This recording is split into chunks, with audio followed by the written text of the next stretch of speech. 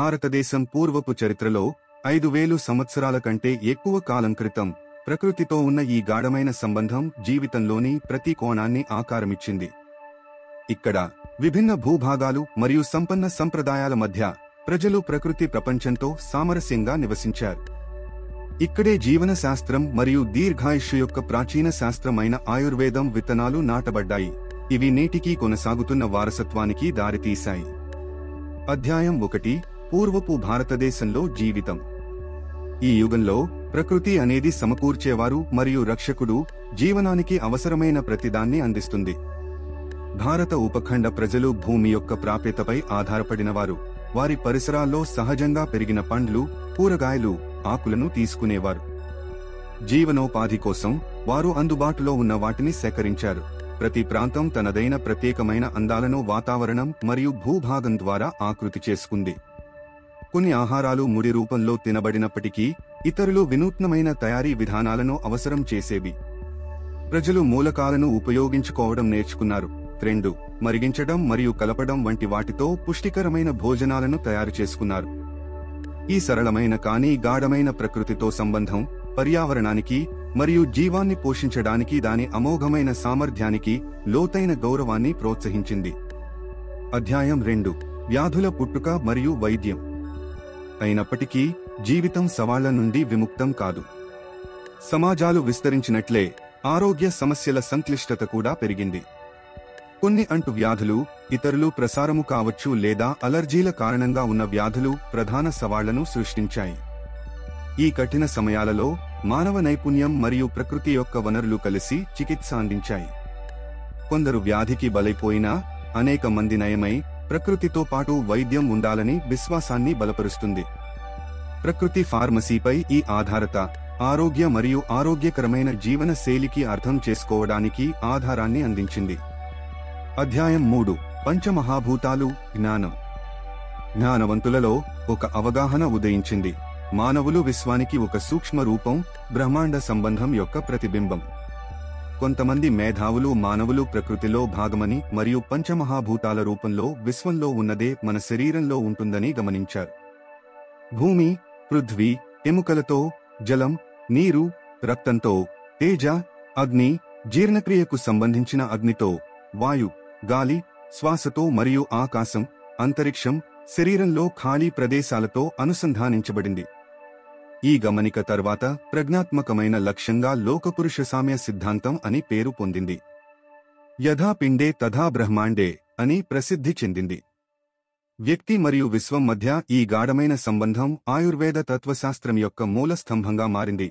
ఆరోగ్యం, అనారోగ్యం మరియు చికిత్సను అర్థం చేసుకోవడంలో మార్గదర్శకత్వం ఇస్తోంది. అధ్యాయం 4 ఆయుర్వేద చికిత్సా పునాది. ఈ అవగాహనతో ఆయుర్వేదం సమగ్రమైన చికిత్సా వ్యవస్థగా వెలువడింది. ఈ సిద్ధాంతం శరీరం అనారోగ్యం పాలైనప్పుడు పంచమహాభూతం మరియు లోకపురుష సామ్య వాదం ద్వారా ప్రకృతి నుండి చికిత్సా మూలకాలను పొందవచ్చు అనే ఆలోచనను ప్రారంభించవచ్చు.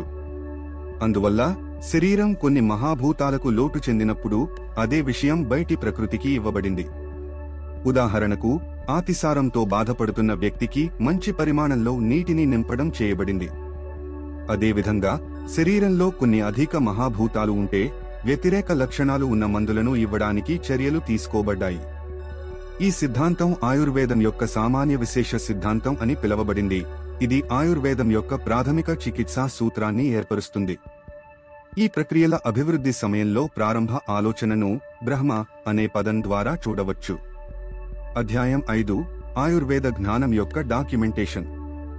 ఈ పవిత్ర విద్యాస్థలాలలో ఆయుర్వేద జ్ఞానం తరతరాలుగా అందించబడింది. ప్రారంభంలో ఈ జ్ఞానం ఒరాళీ ద్వారా, కఠిన అధ్యయనం మరియు కంఠస్థం ద్వారా పంచబడింది. మహర్షి అత్రేయ మార్గదర్శకత్వంలో అగ్నివేశ వంటి ఋషులు ఈ విస్తారమైన జ్ఞానాన్ని గ్రంథాల్లో డాక్యుమెంట్ చేయడం ప్రారంభించారు. ఈ పాఠ్యాలలో అగ్నివేశ తంత్ర మరియు ఇతర ముఖ్యమైన రచనలు ప్రాముఖ్యత పొందాయి. ఆయుర్వేద జ్ఞానం యొక్క మూలాన్ని బంధించారు. అదేవిధంగా ధన్వంతరి మహర్షి విద్యార్థి స్వామి సుశ్రుత ఆయుర్వేదంలో శస్త్రచికిత్సా జ్ఞానం యొక్క మూలమైన సుశ్రుత సంహితను డాక్యుమెంట్ చేశారు. అధ్యాయం 6 జ్ఞానాన్ని సంరక్షించే సవాళ్లు. ఆయుర్వేద యాత్ర అనేక సవాళ్లతో నిండిపోయింది. వరదలు మరియు అగ్ని ప్రమాదాలు వంటి ప్రకృతి విపత్తులు అనేక పురాతన పత్రాలను నాశనం చేశాయి. దాడులు మరియు యుద్ధాలు గ్రంథాలయాలు మరియు దేవాలయాల విధ్వంసానికి దారితీశాయి. ఈ విలువైన జ్ఞానాన్ని మరింత ప్రమాదంలోకి నెట్టాయి. రాజ్యాల మధ్య అంతర్గత పోరాటాలు మరియు మన వారసత్వాన్ని ఉద్దేశపూర్వకంగా దహనం చేయడం అపారమైన వైజ్ఞానిక పరిజ్ఞాన నష్టానికి కారణమైంది. ఈ సవాళ్ల మధ్య నిబద్ధత కలిగిన పండితులు మరియు పాలకులు సాధ్యమైనన్ని ఎక్కువగా సంరక్షించడానికి కష్టపడ్డారు. కొద్దిమంది మహానుభావుల సహనం ఈ పురాతన జ్ఞానాన్ని బతికించడంలో సహాయపడింది. ఆయుర్వేదం యొక్క వారసత్వాన్ని భవిష్యత్తు తరతరాలకు రక్షించడంలో కీలక పాత్ర పోషించింది. అధ్యాయం 7 చరక సంహిత యొక్క వికాసం. అగ్నివేశ తంత్ర ఆచార్య చరక చేతుల్లోకి చేరినప్పుడు ఇది కొన్ని మార్పులకు లోనై కొన్ని భాగాలు గల్లంతైనట్టు అనిపించింది. ఈ వెర్షన్ సవరించబడింది మరియు చరక సంహిత అని పేరు పొందింది. మార్పుల కారణంగా మరియు మిస్ అయిన భాగాల వల్ల ఇది తన అసలు రూపాన్ని నిలుపుకోలేదు. తరువాత ఆచార్య దృఢబల చరక సంహితలోని మిస్ అయిన భాగాలను పూర్తి చేశారు మరియు నేడు మనకు ఉన్న వెర్షన్ ఇదే. ఇది క్రీస్తు శకం 4వ శతాబ్దానికి చెందినదని భావించబడుతున్నప్పటికీ ఇది చాలా పాతది కావచ్చు. భారతదేశం యొక్క దూరదృష్టి కలిగిన రాజులు తమ పాలనలో పండితుల సహాయంతో చరక సంహిత యొక్క అనేక కాపీలను చేయించారు. 20వ శతాబ్దంలో ఆచార్య యాదవ్జీ త్రికంజీ ఆచార్య అందుబాటులో ఉన్న అన్ని పత్రాల సహాయంతో చరక సంహితాన్ని సవరించి ప్రచురించే విప్లవాత్మక పనిని చేపట్టారు. రచయితలు, సంపాదకులు, వ్యాఖ్యాతలు, పండితులు, రాజులు, ప్రజలు మరియు ఆయుర్వేద వైద్యులు చేసిన ఈ సామూహిక కృషి చరక సంహిత యొక్క వారసత్వాన్ని సంరక్షించి ప్రచారం చేసింది. అధ్యాయం 8 ఆచార్య చరక ఎవరు? ఆచార్య చరకను తరచూ ఆయుర్వేదంలో ముఖ్యమైన వ్యక్తిగా పరిగణిస్తారు. అయితే చరక ఒక వ్యక్తిని సూచిస్తుందా లేదా పండితుల సమూహాన్ని సూచిస్తుందా అనే విషయం మీద కొంత చర్చ ఉంది. చరక అనే పేరు ఇక్కడ ఒక చోట నుండి మరొక చోటుకు కదిలే వ్యక్తిని సూచిస్తుంది. దీనివల్ల ఇది ఒక సంప్రదాయాన్ని లేదా ఆలోచనా పాఠశాలను సూచించే అవకాశం ఉంది. కొన్ని వివరాల ప్రకారం చరక అనే పేరు ఆయుర్వేద జ్ఞానం అభివృద్ధికి తోడ్పడిన అసలైన ఆయుర్వేద పండితుల వారసత్వాన్ని సూచిస్తుంది. ఈ ఆలోచన పాఠశాల మహానుభావుడు మహర్షి అత్రేయ ఆధ్వర్యంలో స్థాపించబడినట్లు నమ్ముతున్నారు. చరక సంహిత చరకకు ఆపాదించబడిన ముఖ్యమైన పాఠ్యం ఈ విస్తారమైన జ్ఞానాన్ని సమగ్రపరిచింది.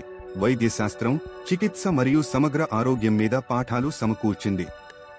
ఈ విధానం తరతరాలుగా పంచబడిన ఒక గొప్ప జ్ఞాన సంప్రదాయాన్ని ప్రతిబింబిస్తుంది. ఆయుర్వేద అభ్యాసాన్ని ఆకారమిచ్చింది మరియు దాని పురోగతిని ప్రభావితం చేసింది. అధ్యాయం 9 చరక సంహిత యొక్క వారసత్వం. దూరదృష్టి కలిగిన పాలకులు మరియు నిబద్ధత కలిగిన పండితుల కృషి ద్వారా చరక సంహిత కాల పరీక్షను ఎదుర్కొంది. ఆచార్య చరక ఆయుర్వేదం యొక్క అత్యంత గౌరవనీయ వైద్యుల్లో ఒకరు. శ్రావణ పుణ్య మాసంలోని శుక్లపక్షం 5వ రోజున జన్మించినట్టు భావిస్తారు. ఈ శుభదినాన్ని ఆయుర్వేద పండితులు చరక జయంతి అని పిలుస్తారు. 20వ శతాబ్దంలో ఆచార్య యాదవ్జీ త్రికంజీ ఆచార్య అందుబాటులో ఉన్న అన్ని పత్రాల సహాయంతో చరక సంహితాన్ని సవరించి ప్రచురించే విప్లవాత్మక పనిని చేపట్టారు. చరక సంహిత శతాబ్దాల కలిసి ఉన్న జ్ఞానాన్ని ప్రతిబింబిస్తుంది మరియు ఇది ఆయుర్వేదం యొక్క గొప్ప వారసత్వాల్లో ఒకటి. నేడు ఆయుర్వేదం సమగ్ర ఆరోగ్య ప్రవర్తనలకు ప్రేరణనిస్తుంది. ప్రపంచవ్యాప్తంగా ప్రజలు సహజ వైద్యం మరియు సమతుల్య జీవనాన్ని అంగీకరించడానికి మార్గదర్శకత్వం ఇస్తోంది. అధ్యాయం 10 చరక జయంతి ఉత్సవం. శ్రావణ మాసంలోని శుక్లపక్షం 5వ రోజున ఆయుర్వేదం యొక్క అత్యంత గౌరవనీయ వైద్యుల్లో ఒకరైన ఆచార్య చరకకు మనం సన్మానిస్తాం. ఆయన చేసిన కృషి ఇంకా కొనసాగుతూ ఉంది. ఆయుర్వేదం యొక్క లోతైన జ్ఞానం మరియు దీర్ఘకాలిక వారసత్వాన్ని మనకు గుర్తుచేస్తుంది. మనం ఈ రోజుని జరుపుకుంటున్నప్పుడు ప్రకృతి ప్రపంచంతో సామరస్యంగా మన ఆరోగ్యాన్ని మరియు ఆత్మను సంరక్షిస్తూ ఆయుర్వేదం యొక్క సూత్రాలను గౌరవిద్దాం.